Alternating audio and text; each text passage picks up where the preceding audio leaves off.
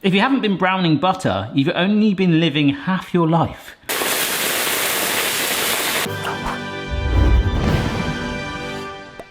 Hello everybody, it's Barry here. Hope you are well wherever you are in the world. Welcome to our kitchen.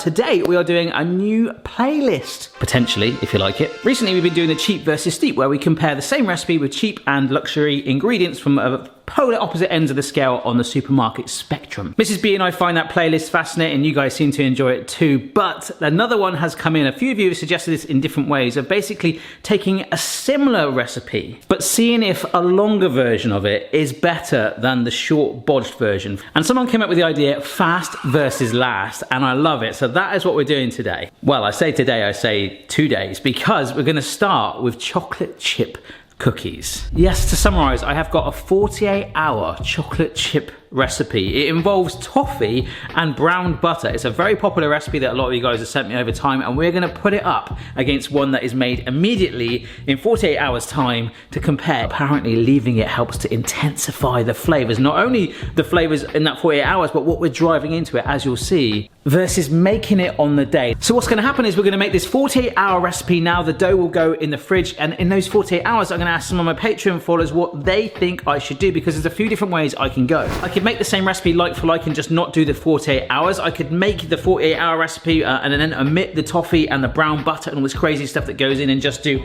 a chocolate chip cookie recipe. I could do a kind of a hybrid of both, so I will see what Patreon decides. And at the end of the video, we'll get Mrs. B to do a blindfold taste test to see if she can tell which one is which. Now, these 48-hour chocolate chip recipes, as I say, have toffee in it, which I would never normally do, and that is the first step. All right, so we are gonna start off in true cookie style with our light brown sugar. I have never made toffee with light brown sugar before, but I do normally put light brown sugar in my cookies. This is 110 grams of butter and some salt. Now, that is everything that we need to make the toffee. The reason we're making it first is because we want it to make and set and cool down so it goes hard. Wooden spoon. And the other thing, of course, you can use one of those like laser gun thermometers. I always find them like really bad. A good old candy thermometer, if you can get one, these are amazing. Because what we're gonna do is melt the butter and sugar together and bring it up to 300 Fahrenheit, around about 150 C. But the thermometer is really handy because it tells you that's the hard crack stage. It's, by hard crack, it just means the sort of consistency it's gonna be once it cools down. And obviously toffee is quite hard, right? Not sure if you can see, that has just hit, ooh, 300 C. It's like a suntan in a saucepan. Honestly, it's so hot. But a nice big shiny piece of toffee that I've tried to spread out as much as I can to get it nice and thin to make it easier to break up, really. So this cookie dough doesn't just have normal butter in it. It also has something called browned butter, which I have never personally made before. I've heard about it. I've obviously understood that it is an intensity of flavors, and this description summarizes it quite well. If you haven't been browning butter, you've only been living half your life. Sure, regular butter is a beautiful thing. It's creamy, makes sauces silky smooth, and turns the exterior of meats and baked goods, that's where we are, to a beautiful golden brown. But the brown stuff is something else, and once you learn how to brown butter, which is a whole lot easier than it sounds, everything changes. The brown butter poses a deep, nutty, miraculous flavour that has the capacity to transform foods into better versions of themselves. So let's brown some butter. Melt this down. It should go foamy when we've melted butter before, but we're gonna keep stirring it, and as we do that, it should darken in colour and go that sort of nutty, browny, well, browned butter colour, I guess. And you can see how bright yellow that is, but I am going to keep it over a medium-low flame, continually stirring it, all right? So let's just keep stirring it and concentrate on that colour. I'm going to get some ice to one side ready. It's had 5 minutes of simmering and stirring. Got my ice ready too. Here we go. Okay, ice cubes going straight in.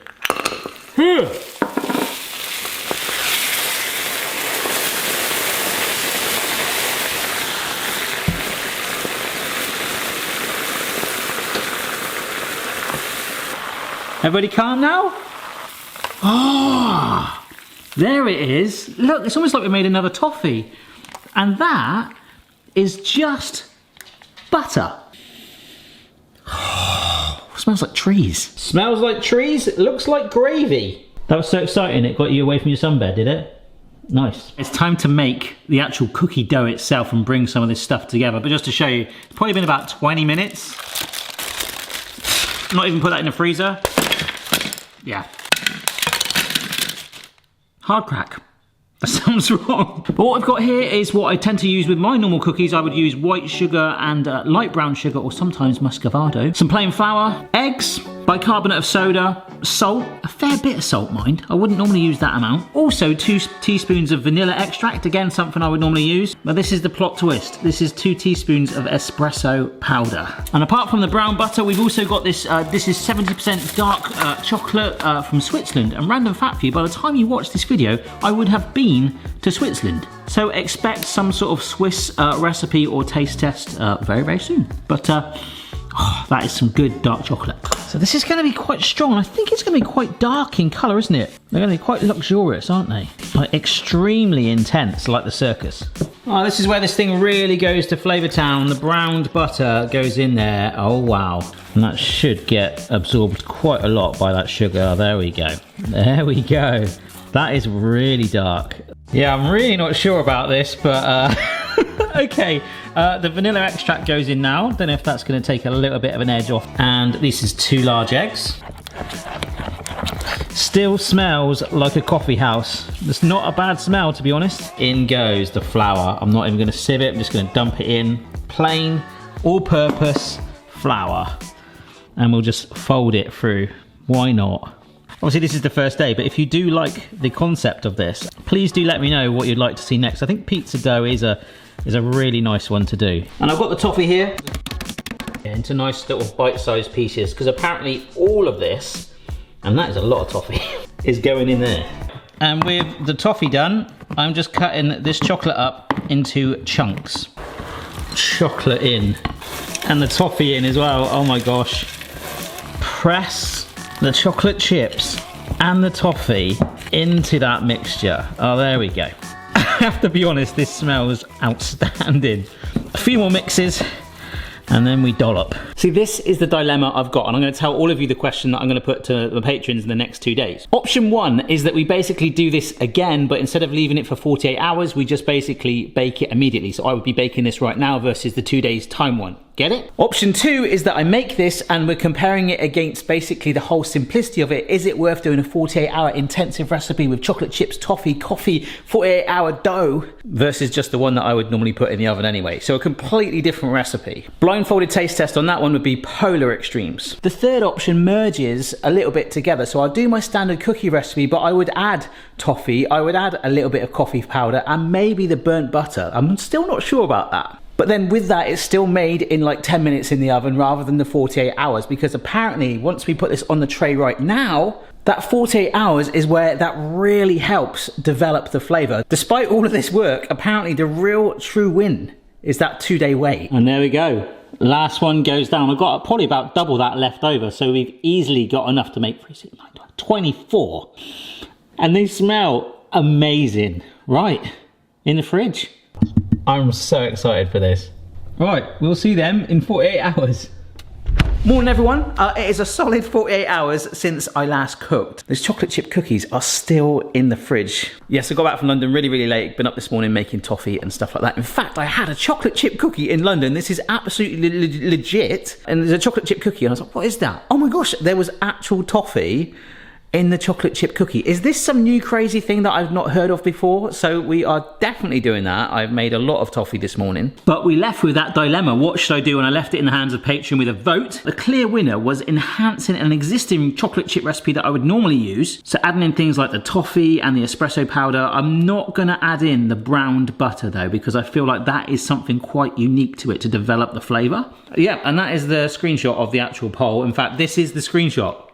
Ooh, Matrix style. But Jammer Corillo did actually say, I'm all for doing the exact same recipe and letting one sit and baking one right away. Because every time I do a recipe, I skip ones that I have to wait because my kids are so impatient. Whatever do you mean? So I'd love to know if a rested recipe is just as good if it's not rested. Now, like, obviously, like I say, with the pizza dough, that would normally happen. But as this is the first time, we're gonna do that as well. Yes, I've been a busy bee this morning. For the last 2 hours I've been making toffee and more cookie dough. This is exactly the same recipe that we made 48 hours ago, except I made it about about half an hour ago. So I'm just going to bake like 4 of those. Now, just a little update on what they actually look like. They look exactly the same. They're just much more firmer. I think Mrs. B's gonna be glad to have the fridge back anyway. And to be honest, I think I'm only gonna put a few on a baking tray with these ones that I just made, so it's a much smaller batch. But the good thing about having to make the toffee again, I also chopped up some chocolate, but we have got the standard ingredients that I would normally use for a cookie, including the espresso powder. I don't know if this is a thing. I didn't normally put that in there, but we're gonna try and do our best to fuse both worlds, but also still keep it a little bit apart. All right, so this is something I'm way more comfortable and used to. We've got our bowl, and this is our butter, but we're not browning it. That goes in with our sugar. Cream that together until it's nice and fluffy. Vanilla extract in, and the egg. Doesn't this feel so much less intense? So the plain flour, bicarbonate of soda, the salt, and of course, the espresso powder. So let's just mix this and see if that brings it much closer to the colour of the other ones. I'll tell you one thing, that does smell amazingly coffee intense again, but it's a much lighter colour. But of course, we've got those other additions here. The chocolate with toffee in it. I mean, I really like this colour, because you've got that classic cookie look, but then you've got these shards. Yeah, I really like that appearance. Kids went to school, they're like, what are you doing? I was like, I'm making a lot of cookies and toffee. All right, I really like the look of that. But here's the thing, as I preheat the oven, I would normally put them in the fridge for like 10 minutes whilst I'm preheating my oven, ice cream scoop styly like that. So I feel like it's only fair, so like 10 minutes in the fridge are both. Mrs. B is just at a yoga class, so she's gonna come back and be like, cookie heaven, hopefully. I want these to win though. Let me just stick these on there with it. And you can see, these are the refrigerated ones just here. They are like rock hard. It is like pieces of butter.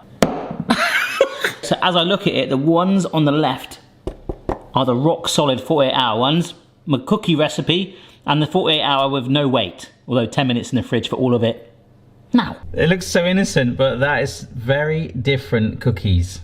All right, see you in 10. Why refrigerating cookie dough works. Flour contains naturally occurring enzymes which break down as the dough chills, leading to increased browning. Refrigerating the dough allows the flour to fully hydrate, which in addition to chilling the butter, helps to make the cookie dough firmer. Hang on, so we're making cookies or rock cakes? They could be quite tough. So yeah, leaving it longer, in terms of flavour, you'll notice more depth of flavour from the vanilla, and the sugar will taste sweeter. In terms of texture, chilled cookie dough produces a more evenly golden brown cookie with a crisper edge and chewier centre. No pressure. Here we go. So it's that amazing baking time of 12 to 15 minutes. Let's see what happens. I genuinely am so intrigued by this. I want them all, I mean, they're cookies, they're all gonna work, right? Right now going in, they look, you wouldn't know other than the colour that there's too much difference, but boy, they're supposed to be. Oh my gosh. Ah! Look at that. 48-hour ones. My bodged recipe version on its own. Oh, look at that toffee, how it's melted there and browned the edges. And obviously this is the 48-hour one with no chilling. That one's held its shape amazingly. So, without further ado, I don't think I need to blindfold Mrs. B for this one. I think it's kind of like they all look quite gourmet in their own way. And apparently, some flake salt just goes on the top. Yeah, I'm excited to try these. Oh yeah? Yeah, all I know is that they've been smelling amazing and there was just loads of cookie dough in our fridge. Yeah, sorry about that. Go for this one. This one? Yes. Still slightly warmed as well. That's good. Soft. Yeah. Chewy. Very toffee. Can you taste coffee on the off chance? Not really. No, okay. No. Oh, this is delicate. Oh yeah. I mean, they are still slightly warmed, but I mean, we can wait a little longer. I quite like my cookies still freshly baked. I don't know why. Oh. Oh. How can you not like a cookie? What's wrong with it? This is a lot thinner than those. Those were quite thick and they were chewy, but in a good way. These are quite chewy, as in, all I can really taste is the toffee. I can't actually taste the cookie. Oh, really? Dough. So that's the toffee is prioritized. The sugar melting through it is kind of like almost caramelized it and made it more bendy. Okay. Well, I like this like little puddles of like toffee just hanging out the side of it. It's a very unique shape. This one then? That one, again, it's chewy. You've got the chocolate and the toffee coming through, but I don't know, it's still quite flat. I think this one had a lot of the cookie dough. It was quite risen. Okay. And could you taste coffee in any of these? Because there was espresso powder in it. I don't know. I've never done that. All I can taste is toffee and chocolate. Can I take a guess? Yeah. I think this is the 48-hour one. Yes, it is. Oh, thank goodness for that. I thought you were going to say no, it's this one. But And that is the one, like the quick one. yes, and what do you think that is? The like in between one. It's similar to this. Right. Yeah, that is the 48-hour one. Yeah. But it wasn't in the fridge. I made that this morning. And that's been in the fridge for like 10 minutes with these. Right, I see. No, these were amazing. Really? These are really good. Compared to these two, these are the best. So that's made with burnt butter. So you can't taste the burnt butter. Really? Yeah, they're really nice. Do you mind if I share that one? Mmm. Oh, I'm getting coffee with that. That is a really intense flavour. The toffee is kind of firm though. It's slightly chewy. It's warmed it and spread around it, and you're getting these like vibes of coffee, toffee, and chocolate in it. The flavours are really strong. In a good way. See what I mean? That's more greasy. The chocolate is a real dominant flavour in that, but it's more greasy, which is interesting because when I put that in, that was melted burnt butter. But obviously the 48 hours has fused it together. Well, I'll try this anyway. That doesn't do it. No, not quite the same, is it? No, that is so bizarre. So for our first, and possibly last, maybe, fast versus last, the winner is the 48 hours. Without a doubt. Definitely. It was worth waiting 48 hours for these. There's nothing wrong with these. It's a chocolate chip cookie, but when you have it side by side, that is worlds apart, isn't it? So that's it. You happy? They are good, can I be honest? Yeah. I'm not really a fan of the toffee. Oh, really? Well, good job I made even more. Yeah, I made a lot of toffee. I normally just have chocolate chip cookies. When I had a cookie in London yesterday that had toffee in it, that was, yeah, it seems to be the in thing. But a toffee optional, coffee powder maybe. I would like some hazelnuts in there. Let us know down below what you think. Don't forget to subscribe if you're not already and make sure all your notifications are on. And we will see you very soon. Bye.